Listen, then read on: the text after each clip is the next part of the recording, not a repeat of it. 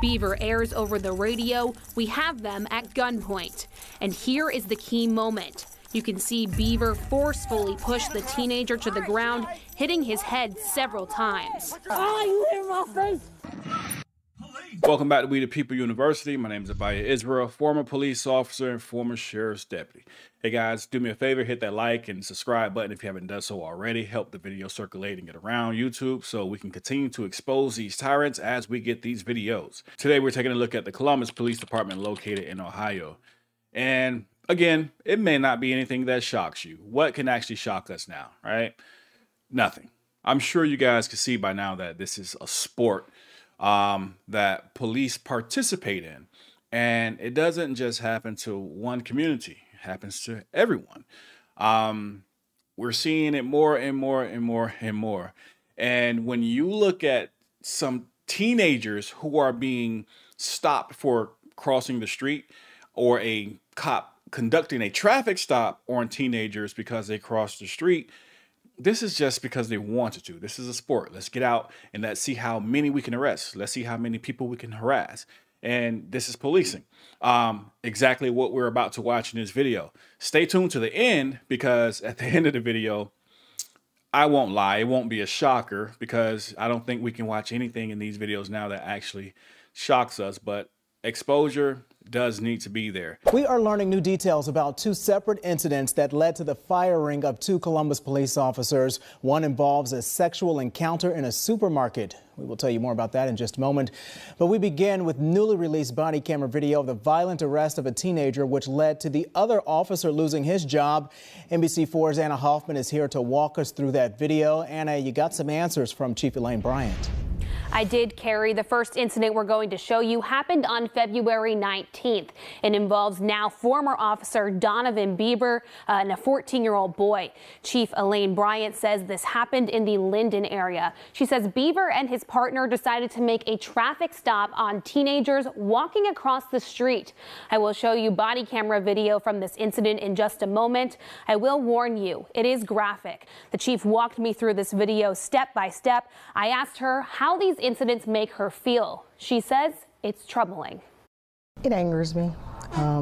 I'm disappointed. These are the words Columbus Police Chief Elaine Bryant used to describe the body camera video you are about to watch. This is from February 19th in the areas of East 11th and St. Clair Avenues around 4 p.m. In this dash camera video, you can hear now former officer Donovan Beaver and his partner talking. They see teenagers from a distance. And in your opinion, what were they doing? They were walking in the street, doing what kids do. 5-8 put us out of Lowe's in St. Clair with a couple of pedestrian violators. The officers decide to make a traffic stop. The officers say over the radio for pedestrian violators. Let's chat. You can see the teens start to run. Beaver's partner gets out to follow them, while Officer Beaver keeps driving in his cruiser. Soon after, the video shows both officers are running to stop the teens. So if this is a simple traffic stop on teenagers who are walking, make that make sense. But if it's a simple traffic stop, then why the guns? Because they're walking, or even they ran, okay? They're running away. Where is the threat? You can't shoot them in the back. Well, let me not say can't. You're not supposed to shoot them in the back. You obviously have your gun out, so maybe you will. But why are the guns out here? Beaver airs over the radio, "We have them at gunpoint." And here is the key moment. You can see Beaver forcefully push the teenager to the ground, hitting his head several times. Oh, you hit my face! Hands behind your back. Dude, please, I'm sorry. I'm sorry. I'm complying. You move, I will break your face. Okay, I'm sorry. The officers put two teens in handcuffs and pat them down for weapons. You can see blood on this 14-year-old's mouth. We blurred the video to protect his identity. Beaver drags the teenager to the police wagon by his hair. All right, Beaver keeps aggressively talking to the teen, then shoves him in the wagon, and you hear another officer ask Beaver, "Are you okay?" Watching that as chief of this division, what are your thoughts? It angers me. I'm disappointed. I'm angry. I'm frustrated because this is not what we stand for. What I will tell you is that there was nothing that I saw that would justify all of it. He didn't get fired just for the specific use of force. It was the totality of the circumstances in its entirety. Why you're stopping them, why the excessive force. I asked the chief if this brings up concerns about the rest of her officers. The majority of our officers have great relationships with this community. I get a lot of compliments about the work that the officers do. As for the 14-year-old, Chief says she has spoken to his grandmother. They were disappointed about the actions of the officers, but they were relieved and happy with the swift action that the department and the director of public safety took in addressing this issue. Chief Bryant says Beaver was relieved from duty the next day and was officially fired this week. According to his personnel file, Beaver joined the department in 2020. The chief was very candid about that situation, but you also talked to her about the other officer who she fired. Yeah, I did, Carrie. That's right. Chief Bryant says that Robert Spann, he was also fired earlier this week because he was caught on camera performing sexual acts with a Kroger employee, and this was all while he was working special duty at that store. According to the records, this happened between August 15th and September 28th of 2023.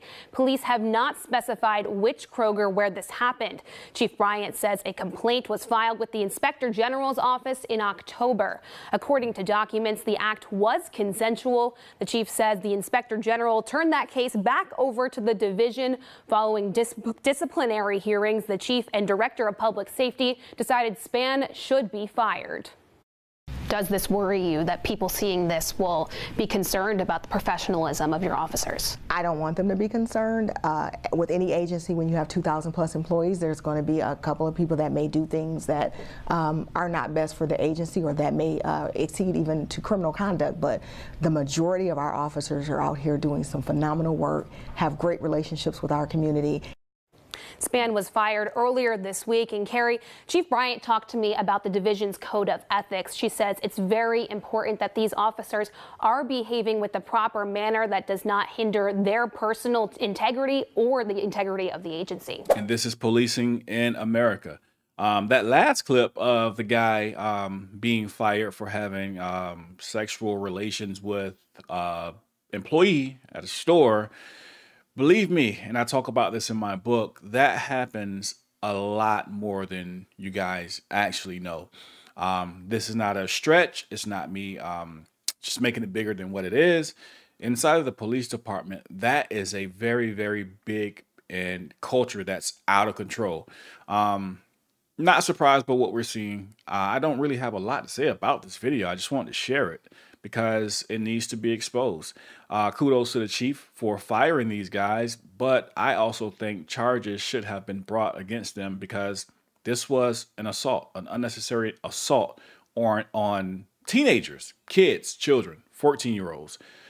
Completely unnecessary, but it's policing in America. Again, continue to record the police. Make sure you know your rights. With that being said, We the People University, signing off.